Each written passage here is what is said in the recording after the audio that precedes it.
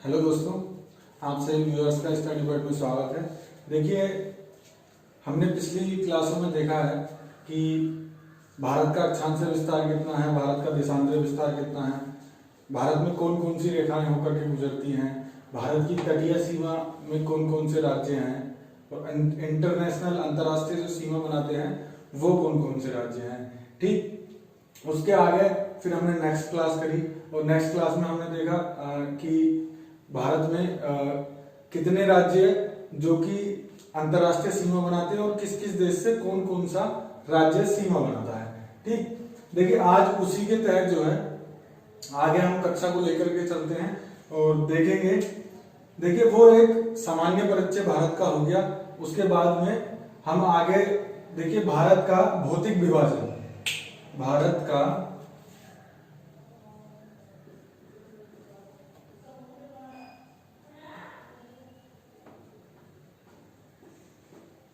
भौतिक विभाजन।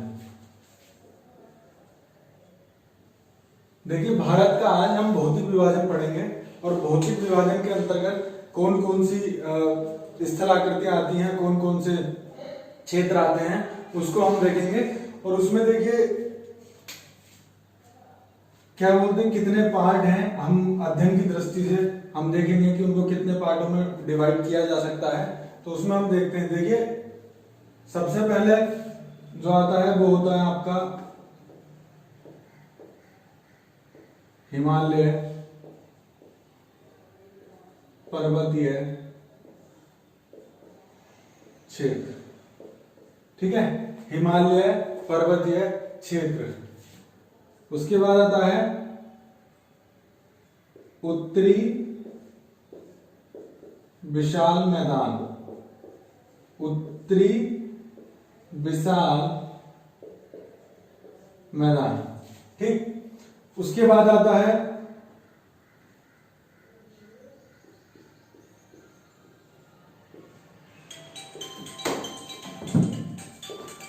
तटीय क्षेत्र। उसके बाद आता है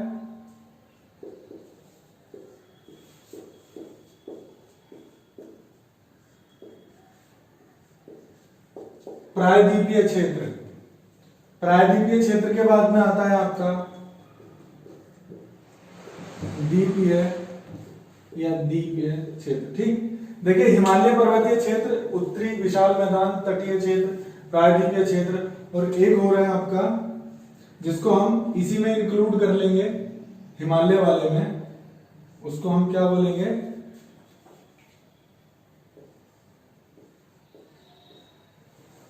पूर्वी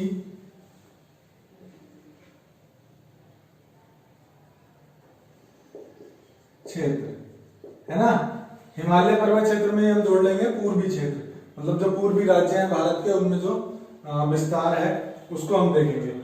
हिमालय पर्वतीय क्षेत्र, उत्तरी विशाल मैदान, तटीय क्षेत्र, प्रायद्वीपीय क्षेत्र और द्वीपीय क्षेत्र। इसमें देखिए हिमालय के अंतर्गत जो जो आपके श्रेणियां आती हैं, जैसे कि आपके लद्दाख, जास्कर, बृहद हिमालय, लघु हिमालय, है ना। उसके बाद उत्तरी विशाल मैदान, गंगा का मैदान, ब्रह्मपुत्र का मैदान और गंगा मैदान, ब्रह्मपुत्र मैदान, सिंधु का मैदान। उसके बाद तटीय क्षेत्र में हम देखेंगे मालाबार तट, कोंकण तट, उत्तरी सरकार तट, ये सारे तट देखेंगे। उसके बाद प्रायद्वीपीय क्षेत्र में हम देखेंगे अरावली और अरावली का विस्तार। उसके बाद में आपका दक्कन ट्रैप, सारी चीजें देखेंगे। उसके बाद द्वीप में अंडमान निकोबार द्वीप समूह, लक्षद्वीप समूह, है ना, मांजुली द्वीप, उन सभी द्वीपों की हम बात करेंगे।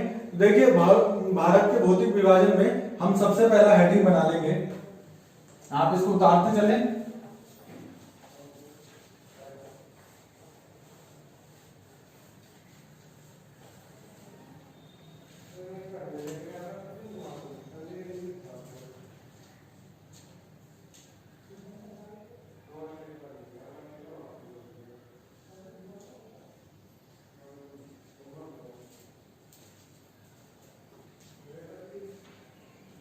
है ना, हिमालय पर्वतीय क्षेत्र।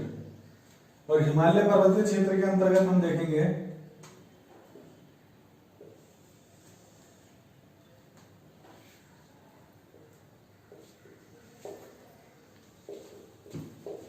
निर्माण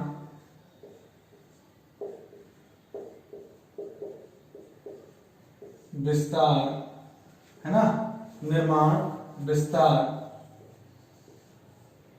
निर्माण देखेंगे, विस्तार देखेंगे और उसके बाद में देखेंगे विशेषता, विशेषताएं,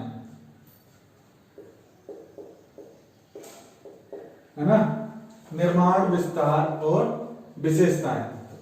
देखिए हिमालय का जो क्षेत्र है, जो हिमालय है, उसके अगर हम निर्माण की बात करें तो पहला हेडिंग आपको यही डालना है, निर्माण, है ना, पहला हेडिंग डालना है निर्माण।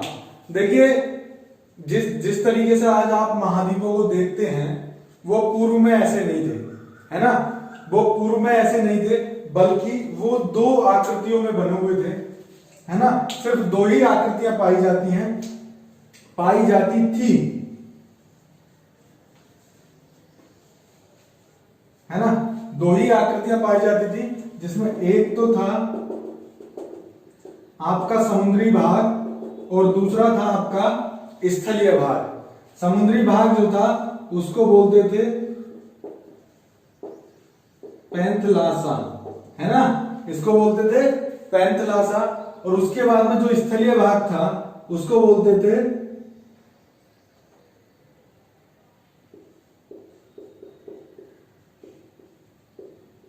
पेंजिया, है ना, जो समुद्री भाग था वो उसको बोलते थे पैंथलासा और जो स्थलीय भाग था उसको बोलते थे पेंजिया। देखिए जब हम विश्व का भूगोल पढ़ेंगे तो उसमें देखेंगे कि जो महाद्वीपीय विस्थापन सिद्धांत है उसके बारे में हम विस्तृत चर्चा तब करेंगे, लेकिन अभी फिलहाल जो है हम हिमालय के पर्पस से जितना हमें हिमालय समझना है उसके अकॉर्डिंग हम इस चीज को ले लेते हैं, है ना। तो देखिए पेंजिया और पैंथलासा दो ही पार्ट थे, और उसमें जो आपका पेंजिया था, है ना, जो आपका पेंजिया था वो पेंजिया, इसको ऊपर से खत्म कर लेते हैं,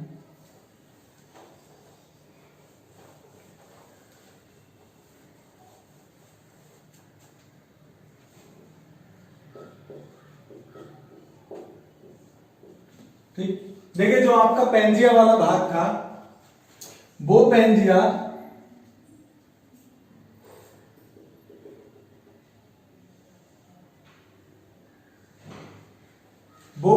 दो पार्टों में था, एक था अंगारा लैंड और दूसरा था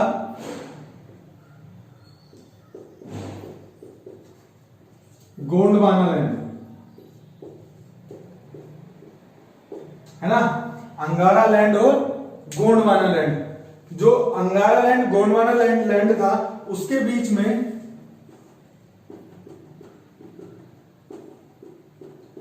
जो समुद्र था उसको वो कहलाता था तैथिस सागर, तैथिस सागर। अंगारा लैंड और गोंडवाना लैंड के बीच में था तैथिस सागर। देखिए अंगारा लैंड का जो पार्ट था उसमें था आपका उत्तरी अमेरिका, जिसे आप वर्तमान में देखते हैं उत्तरी अमेरिका, वो अंगारा लैंड का पार्ट था, और उसके बाद में था यूरेशिया, इसमें था आपका उत्तरी अमेरिका और यूरेशिया। गोंडवाना लैंड के अंदर था प्रायद्वीपीय भारत, उसके बाद में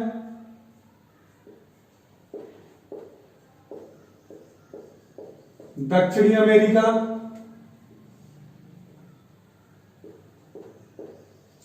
अफ्रीका,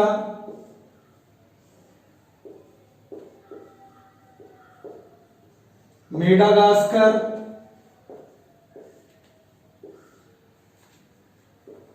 ऑस्ट्रेलिया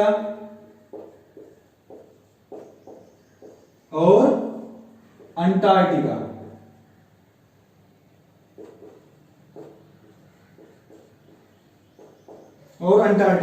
देखिए अंगारा लैंड के अंतर्गत था उत्तरी अमेरिका, यूरेशिया। उसके बाद गोंडवाना लैंड के अंतर्गत था प्रायद्वीपीय भारत, दक्षिणी अमेरिका, अफ्रीका, मेडागास्कर, ऑस्ट्रेलिया और अंटार्कटिका। ठीक, देखिए इसके बाद में आपके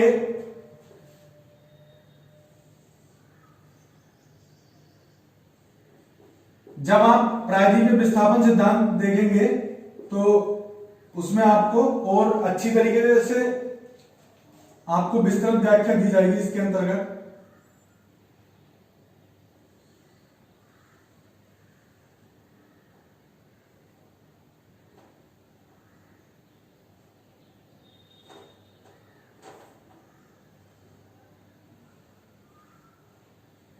ठीक, यह है आपका यूरेशिया और यह है आपका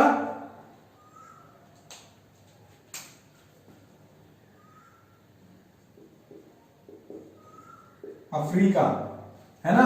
यह है आपका यूरेशिया, यह है आपका अफ्रीका, और यहां पर था आपका मेडागास्कर, और इसी में था आपका यहां पर कुछ इस तरीके से प्रायद्वीपीय भारत, है ना।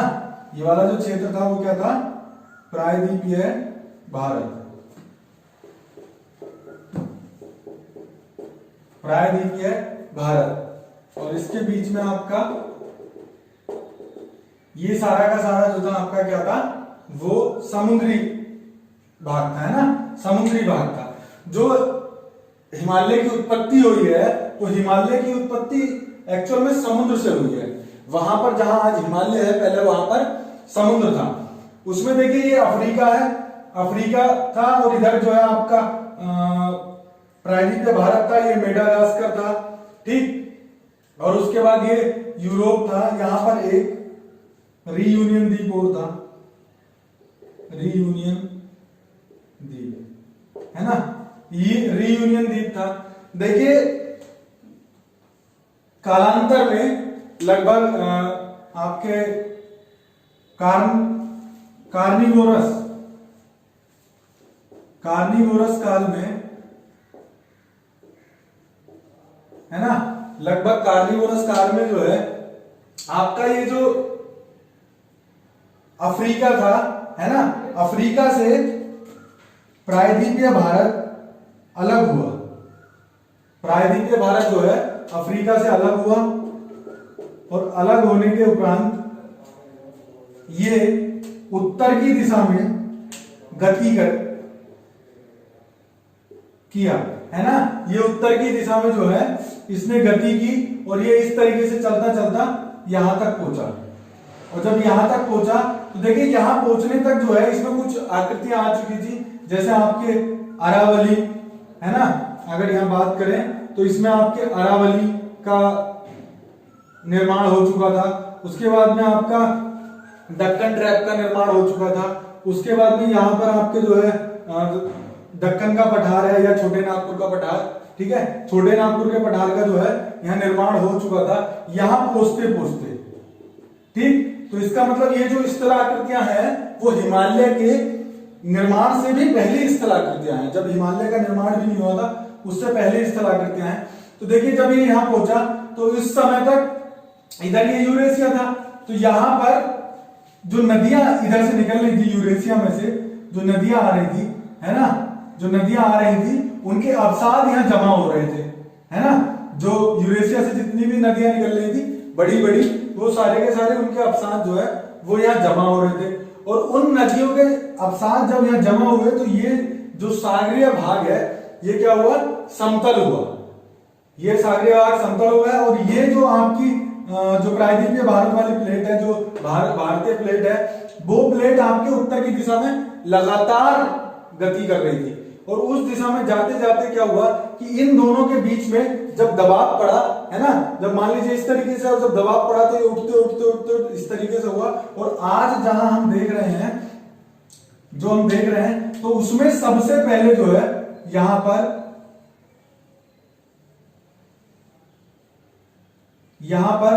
हिमालय का निर्माण हुआ, और उस हिमालय को क्या नाम दिया गया, ट्रांस हिमालय, ट्रांस हिमालय,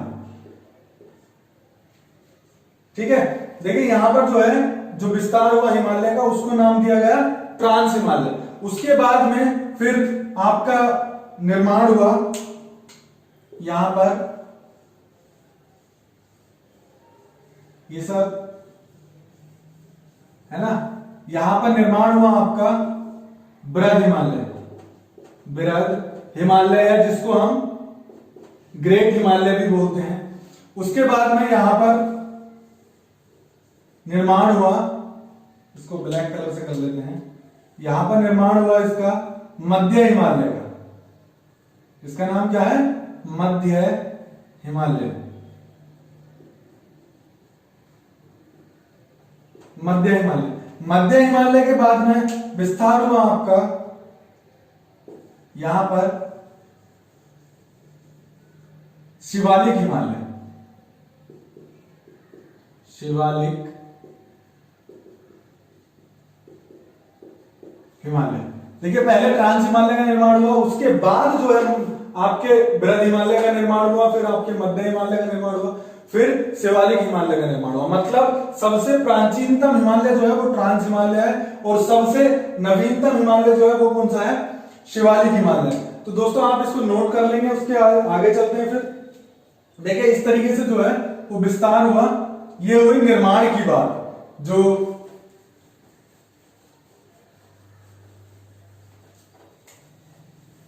हिमालय का निर्माण है वो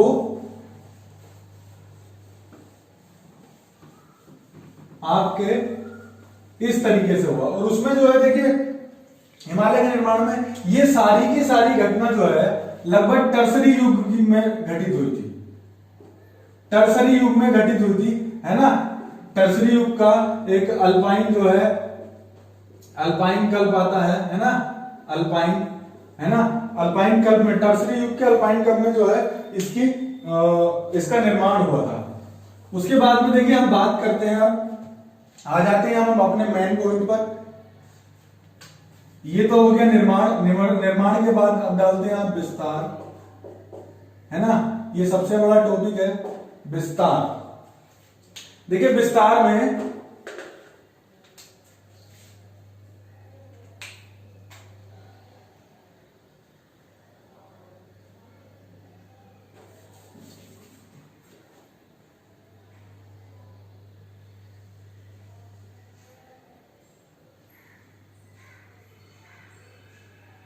ठीक है।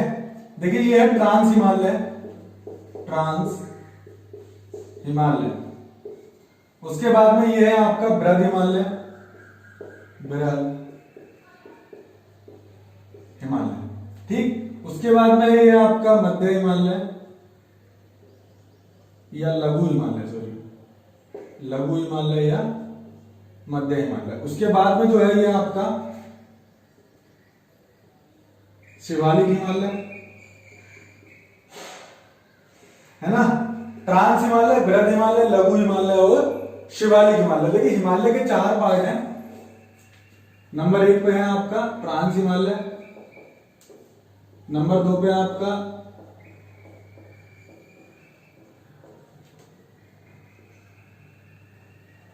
बृहद हिमालय, इसको हम जो है ग्रेट हिमालय भी बोलते हैं या हिमाद्री हिमालय भी बोलते हैं। और ट्रांस हिमालय को तिब्बत हिमालय भी बोलते हैं। उसके बाद आता है लघु हिमालय,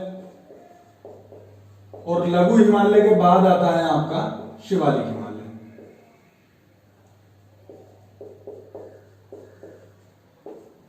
तो देखिए दोस्तों ये 4 जो है हिमालय को 4 पार्टों में डिवाइड किया गया है, उनके निर्माण के अनुसार डिवाइड किया गया है। ट्रांस हिमालय, बृहद हिमालय, लघु हिमालय और शिवालिक हिमालय, जैसा कि मैंने आपको अभी बताया था। ठीक। देखिए ये वाली जो दिशा है, ये जो दिशा है ये है नॉर्थ, और ये है आपके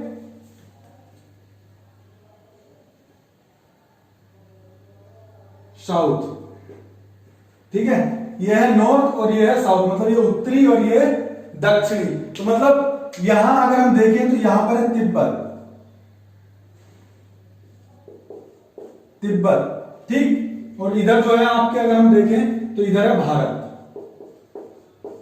इधर है तिब्बत और इधर है भारत। अगर हम नक्शे में देखना चाहें तो नक्शे में हम इस तरीके से देख सकते हैं, है ना। आपको दिख रहा होगा। तो यहां पर जो है आपके ये सारा का सारा पार्ट जो है वो आपके ये चारों श्रेणियां जो हैं, जो चारों पार्ट हैं हिमालय के, वो चारों पार्ट इस तरीके से हैं। ठीक। देखिए ट्रांस हिमालय, बृहद हिमालय, लघु हिमालय और शिवालिक हिमालय। देखिए ट्रांस हिमालय जो है वो इसका अधिकतम विस्तार जो है, ज्यादातर विस्तार जो है वो तिब्बत में है। तो तिब्बत में होने के कारण हम इसको क्या बोलते हैं, तिब्बत हिमालय भी बोलते हैं, तिब्बत हिमालय। देखिए जो ट्रांस हिमालय है ये लगभग 5500 मीटर की ऊंचाई तक है। उसके बाद में जो बृहद हिमालय है वो लगभग 6100 मीटर की ऊंचाई तक है। उसके बाद जो लघु हिमालय वो लगभग 4500 मीटर की ऊंचाई तक है। और शिवालिक हिमालय सबसे नीचा हिमालय है, वो जो है लगभग 1100 मीटर की ऊंचाई तक है। ठीक है, देखिए अब हम इसमें जो है एक एक करके हम इनको ले लेते हैं कि ट्रांस हिमालय, बृहद हिमालय, लघु हिमालय और शिवालिक हिमालय, इनकी विस्तृत जो है चर्चा हम अब करते हैं। तो देखिए अब सबसे पहले जो है आप हेडिंग डाल देंगे ट्रांस हिमालय।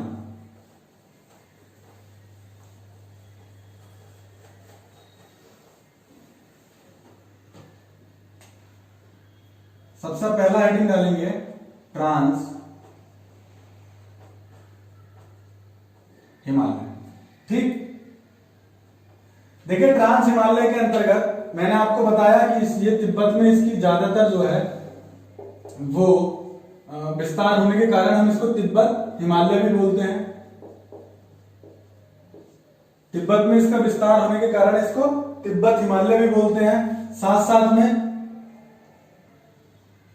इसकी औसत जो ऊंचाई है, औसत ऊंचाई वो कितनी है आपके, औसत ऊंचाई है आपके 5500 मीटर। ठीक, देखिए इसको भी हम आकृति के माध्यम से समझेंगे।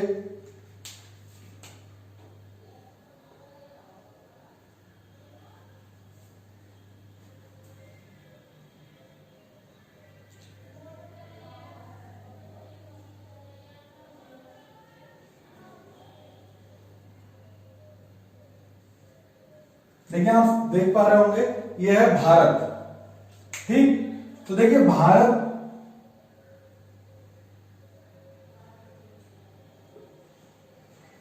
में जो भारत का जो ये पार्ट है, ठीक है, भारत का जो ये पार्ट है, ऊपरी पार्ट मतलब जम्मू एंड कश्मीर, इसका विस्तार भारत का मतलब ट्रांस हिमालय का भारत में कहां पर है, भारत में है जम्मू एंड कश्मीर में, मतलब जम्मू कश्मीर में जो है वो ट्रांस हिमालय का विस्तार है। उसके बाद देखिए इसके अंतर्गत 3 पर्वत श्रेणियां आती हैं। नंबर 1 काराकोरम, जो महत्वपूर्ण है, काराकोरम। उसके बाद में आती है आपके लद्दाख, फिर आती है आपके जास्कर, और वैसे इसमें अन्य पर्वत श्रेणियां भी हैं जैसे आपके कैलाश पर्वत श्रेणी। ठीक है, इस कैलाश पर्वत श्रेणी, इसका तो सारा का सारा विस्तार ही जो है आपके कहां पर है, लगभग तिब्बत में ही है कैलाश, है ना। काराकोरम, लद्दाख, जास्कर, कैलाश, ये 3-4 पर्वत श्रेणियां इसके अंतर्गत महत्वपूर्ण आती हैं, जिनमें देखिए काराकोरम पर्वत श्रेणी जो है ना, उसके काराकोरम में ही भारत की, काराकोरम पर्वत श्रेणी में भारत की सबसे ऊंची चोटी, भारत की सबसे ऊंची चोटी जो है वो कहां पर पाई जाती है, यहां पर लिख लेंगे ऊंची चोटी, है ना, सबसे ऊंची चोटी, सबसे ऊंची चोटी भारत की, जिसका नाम है K2, K2 या हम इसको बोलते हैं गार्डविन ऑस्टिन, गार्डविन ऑस्टिन, है ना। गार्डविन ऑस्टिन वो आपके कहां पर पाई जाती है, काराकोरम पर्वत श्रेणी में है, और वो भी जम्मू कश्मीर में। यहां से क्वेश्चन पूछ लिया जाता है, तो इसलिए आप इसको याद कर लेंगे, ध्यान रखेंगे। उसके बाद में देखिए काराकोरम पर्वत श्रेणी, देखिए लद्दाख और जास्कर जो है इनके बीच से होकर के एक नदी गुजरती है। अब हम इसको जो है थोड़ा सा आप इसको नोट कर लेंगे। देखिए नोट करते हुए चले, नोट्स बनाते चले। मेरा दावा है आपका कि जिस दिन आपके क्लासेस खत्म होंगी ज्योग्राफी की, तो आप कहेंगे कि हाँ वाकई में जो है हमारी सारी चीजें हमारे समझ में आई हैं और हमारी सारी चीजें जो है अब पक्की हो गई है। क्योंकि देखिए भूगोल में सबसे मेन चीज होती है समझ विकसित करना। अगर आपके पास समझ नहीं है, आपने समझ नहीं बना रखी है, तो आप उसको एकदम से भूल सकते हैं। इसके लिए आपको एक एटलस की आवश्यकता पड़ेगी। अभी संभव नहीं है, लॉकडाउन चल रहा है, लेकिन लॉकडाउन खुलने के बाद और प्रेजेंट में भी आप देख सकते हैं कि आपके घर में नक्शा होगा, तो नक्शे के अकॉर्डिंग आप इसको समझने की कोशिश करेंगे। ठीक, तो देखिए हम यहां देख रहे थे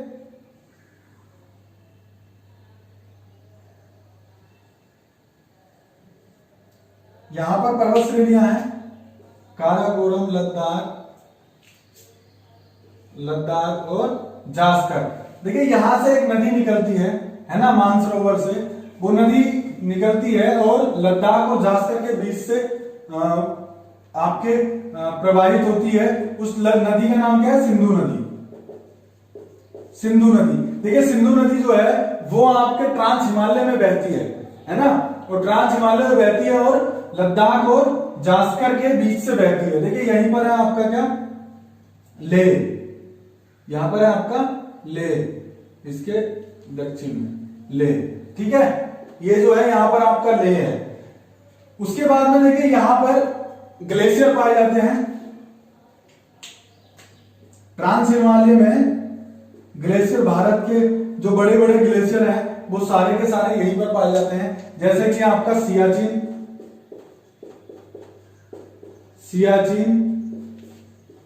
हिस्पर, बियाफो,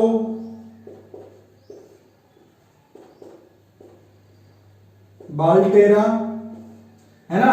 सियाचिन, हिस्पर, बियाफो, बाल्टेरा, ये ग्लेशियर जो है वो आपके काराकोरम श्रेणी में पाए जाते हैं, मतलब ट्रांस हिमालय में ही पाए जाते हैं। ठीक, ट्रांस हिमालय में पाए जाते हैं। देखिए सियाचिन जो है वो विश्व का सबसे ऊंचा युद्ध स्थल है, सबसे ऊंचा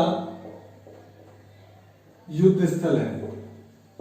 ठीक है, देखिए ये जो है सियाचिन ग्लेशियर विश्व का सबसे ऊंचा युद्ध स्थल है। ये हमारे देश के लिए सामरिक दृष्टि से भी महत्व का स्थान है। क्यों? क्योंकि यहाँ पर जो हमारी अंतरराष्ट्रीय सीमा है, तो इसीलिए हम इसकी सुरक्षा पे यहाँ पर जवान तैनात करते हैं, उन जवानों का। जबकि हमारे यहाँ देश में अगर मान लीजिए कोई जवान के खाने का खर्चा 10 रुपए है, तो वही सियाचिन में जो है उसका 200 रुपए होगा।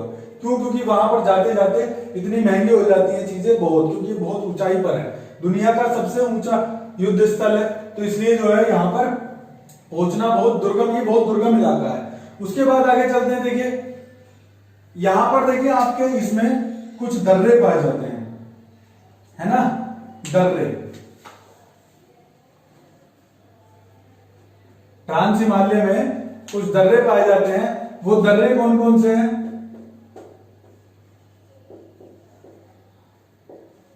काराकोरम,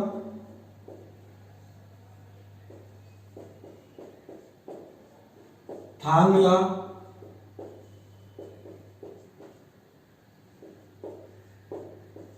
खारदुंगला, है ना।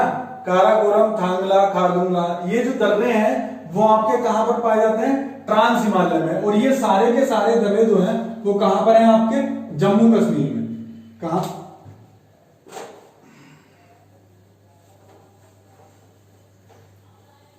ये सारे के सारे दर्रे आपके कहां पर हैं? जम्मू एंड कश्मीर में। काराकोरम, थांगला, खारदुंगला सब। और देखिए जम्मू कश्मीर को या कहते हैं भारत को किससे जोड़ते हैं? चीन से। ये सारे दर्रे जो हैं वो काराकोरम पर्वत श्रेणी में, और ये भारत को चीन से जोड़ते हैं। ठीक है, देखिए उसके बाद में यहां पर एक चोटी और है। मैंने आपको बताया भारत की सबसे ऊंची चोटी इस पे नहीं है। भारत की सबसे ऊंची चोटी कहां पाई जाती है? काराकोरम पर्वत श्रेणी में। ठीक, उसके बाद में देखिए यहां पर एक चोटी और है।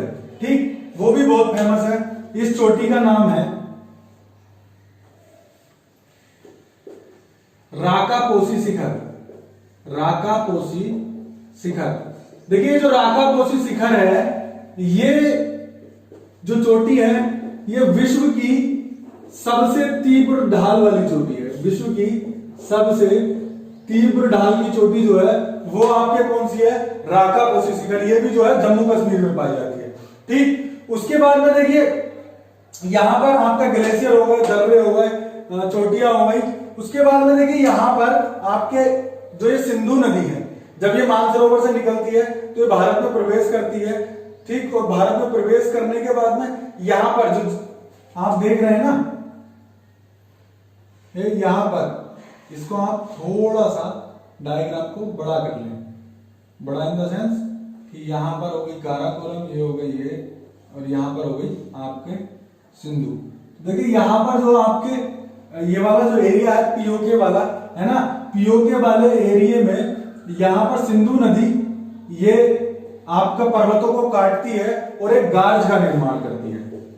पर्वतों को काटने के बाद एक गार्ज का निर्माण करती है और उस गार्ज का नाम क्या है? सिंधु गार्ज, सिंधु गार्ज, ठीक। सिंधु गार्ज, सिंधु गार्ज जो है वो भारत का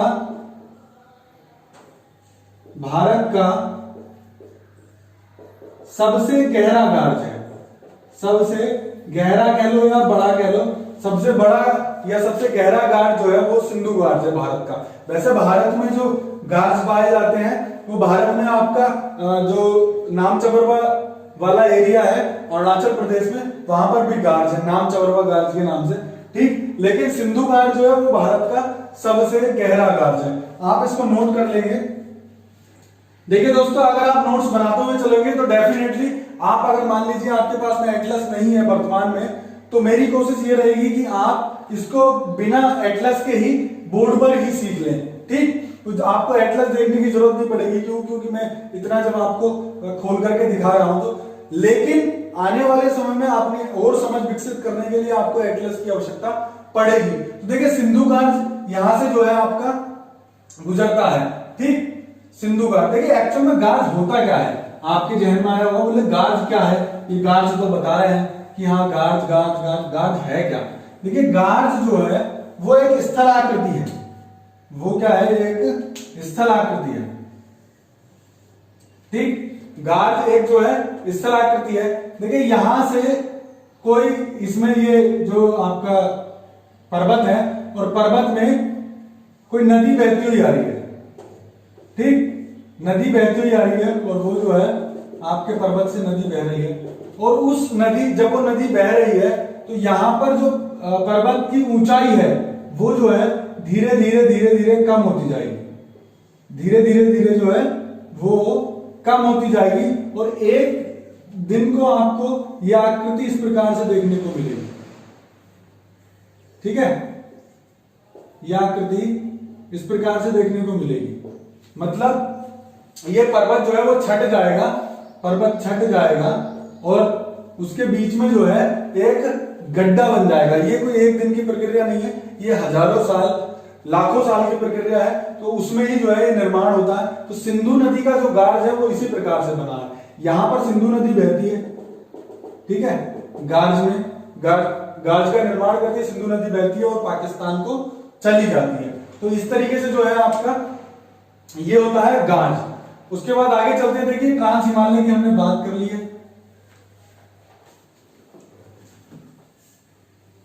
तो हमने आज ट्रांस हिमालय के विस्तार के बारे में बात करी, हिमालय के विस्तार के बारे में बात करी, ठीक है, जो पर्वतीय क्षेत्र है उसके विस्तार के बारे में बात करी। देखिए इसके आगे जो है हम अगला जो लेंगे वो हम क्या लेंगे, आपका बृहद हिमालय। अगला क्या आएगा आपका बृहद हिमालय। तो देखिए आप सभी जो है बृहद हिमालय के बारे में जानना चाहते हैं तो बृहद हिमालय के लिए आप अगली वीडियो हमारी जरूर देखें, ठीक। और देखिए अगर मान लीजिए आप इसी वीडियो को हमारी आपने देखा है, इसके पीछे की वीडियो नहीं देखी है, तो देखिए हमने जो है उसमें पूरा जो ज्योग्राफी का इंट्रोडक्शन है वहां से लेकर के आपका सारा पहले 2 वीडियो डाल चुके हैं, आप उन्हें देख सकते हैं। और अगर देखिए आपको हमारी पसंद आ रही है, जो हमारा कंटेंट पसंद आ रहा है, तो प्लीज आप जो है हमारे चैनल को जो है लाइक करें, शेयर करें, सब्सक्राइब करें, ठीक है। और कमेंट करना ना भूलें। देखिए आप प्लीज कमेंट जरूर करें। मान लीजिए आपको कहीं पर कोई डाउट है या आपको कहीं कोई दिक्कत है, ठीक है, या आप कहीं कोई फैक्ट हमसे गलत हो गया है बाय मिस्टेक, तो आप उसके बारे में कमेंट जरूर करें और हमें जरूर बताएं कि हमारी वीडियो कैसी लगी आपको। Thank you.